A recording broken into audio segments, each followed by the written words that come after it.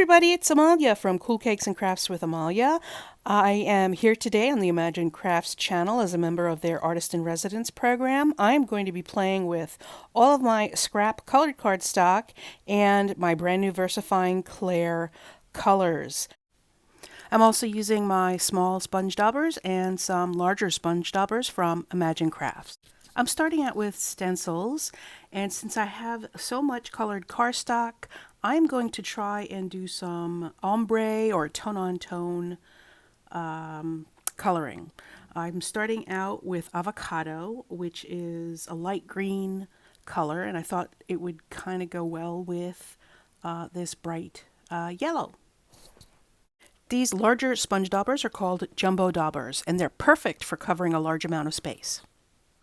The next color I'm using in the VersaFine Clair is called Grass Green. It's a gorgeous bright green color. VersaFine Clair is a pigment ink for fine details. It brings out the finest details in your projects. And it has the longest lasting pigment ink pad available anywhere. It's perfect for you. Let's move on to the next set of colors. Now I'm using Hawthorn Rose, which is a lovely muted mauve rose color, and then I'll be moving on to baby pink, which is just what it sounds like, a lovely baby pink color. And I'm using the smaller sponge daubers here, the ones that you can put on your finger to use, because this is a very finicky stencil. The lines are very fine, and I want to be able to make sure to not move my lines around on this particular stencil. I moved over to using the baby pink now, and these are really bright, beautiful colors that stay true to their colors as they dry. And now I'm using Bali Blue. Bali Blue is my favorite color. It's a turquoisey type of blue, and I'm using a turquoise type of cardstock underneath. I'm keeping with the same color. I'm going tone on tone, and I'm also using the larger sponge dauber here, the jumbo dauber. This has a lot of detail, a lot of lines on it, but it's not as delicate as the previous stencil was. Even though it's very detailed, the previous stencil just had a lot of air between the lines, let's say that. And this one has a little bit more strength to it, so I can use the larger dauber, I can pounce, I can swipe, and I think you're going to like the way this one turns out.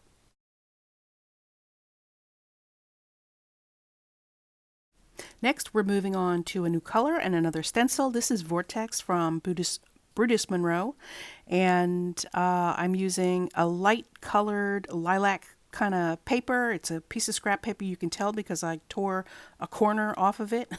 And what we're using here is the VersaFine Clair Lilac Bloom. On this light colored lilac, it looks a little bit darker. And I like that contrast in the similar tones of color. I'm pressing heavier towards the center than I am as I come out from the center. I'm feathering it out, so to speak. I love this style of stencil, and I love how this looks on this scrap piece of paper. I also love foiling, and I have a foiling machine. I have a mini Mink. I have these Brutus Monroe card panels. I have tons of foiling supplies, and would you believe I've never done it before? That's right, this is my first time foiling. But before I foil, I want to do something I've never seen done before. I'm taking the VersaFine Clair Strawberry color, which is a gorgeous red color, and I am covering the entire foilable card panel with this strawberry color. And I'm going over the whole thing with red, and then what I'm going to do is pass it through the foiling machine with my gold color. Here's the entire panel covered with strawberry ink. It is gorgeous. I did the foiling off screen, but I'll show you my project at the end. The next color I'm using is Sand Dune. This is a very light tan color. But against the craft colored cardstock that I'm using, it really makes a nice contrast, and I can't wait to show you what my project looks like at the end.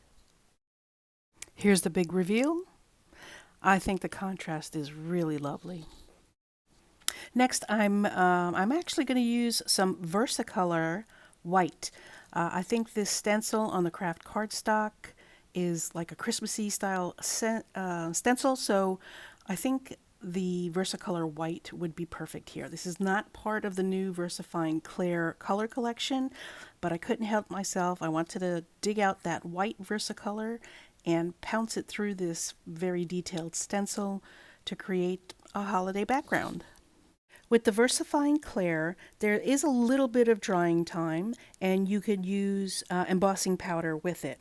With the VersaColor, the drying time is even longer, and so I decided to cover this with some clear embossing powder and emboss on it.